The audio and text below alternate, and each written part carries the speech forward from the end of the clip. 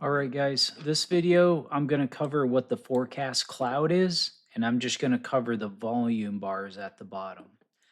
Um, so the forecast cloud is it's a custom programmed indicator I made, and it's kind of the core of the whole strategy. It tracks it tracks the buying versus selling volume within this range.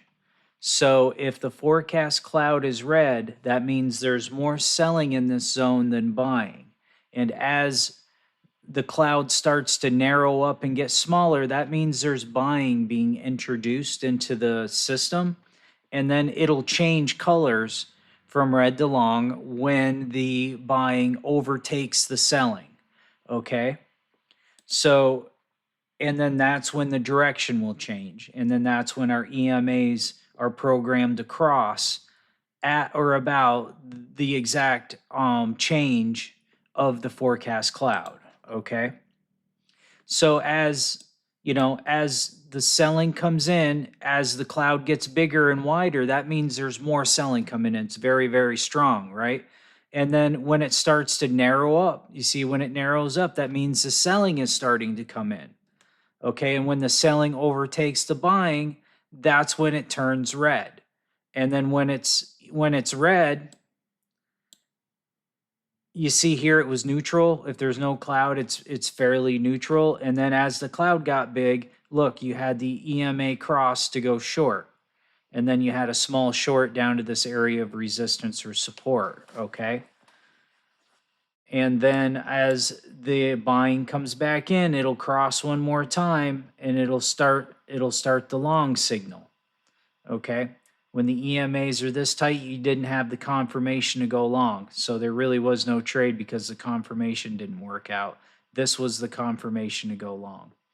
So that's how the forecast cloud, that's how to read it. So over here on the left, if the current price action, so currently, the market just picked up. It's Sunday night. And so I'll show you live. Currently the cloud is red, so the price action is red, or so the forecast cloud is red.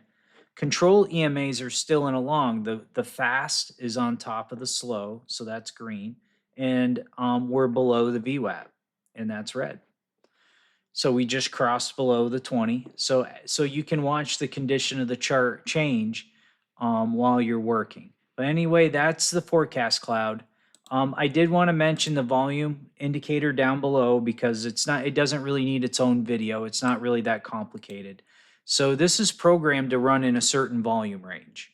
So for everything to align and for you to be able to take your entry, you have to be between once it drops below a certain point or once it goes over a certain point, the box will go gray. And that means that the price is too low. If the 3-bar average of volume is too low, so three of these averaged up, where's my three of these volume bars averaged in. If the average is too low, there's not enough volume for it to be accurate or have any direction. It'll just float around and not mean anything. But if the volume's too high, that means it's completely unpredictable and it's going all over the place and your signals really aren't valid. So it's dialed in to be in a certain range in order for you to be able to consider that as a signal. And the forecast will tell you it'll go gray when it's too low. And right now it's too low. You have to be above 500. And the 3-bar average is well below that. It's probably about 400 or whatever. A whale can come in with a huge sell order and knock this all the way to the 50 EMA. So you just got to know that. And it runs 24 hours a day. And you just have to be in the range in order for the box. And it's easy. If the box is gray, that just means there's no opportunity for an entry and you just wait. So you don't have to think about it. You don't have to worry about it. You just pay attention to the trade box and just know that if it goes gray, check your volume. Oh, yeah, we're outside the range. That's why it's gray. Oh, right now we're in the shaded VWAP area. So it's going to be gray anyway because this is going to be unpredictable. Who knows what this will do in the VWAP. So right now it's an untradeable area and we just wait for something to develop. So that's how the forecast cloud is considered in the strategy, and how the volume, our volume tracker at the bottom, is used. All right, if you have any questions, just come on into the stream, put them in chat.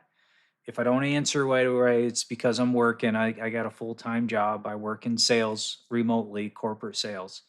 So I do this. I'm trying to help other people out, just try and get started without having to figure everything out on their own. So um, if you can, like and subscribe on YouTube, that'd be great. It kind of helped me get some exposure over there. And other than that, everybody have a good day, and I'll see you on the next video.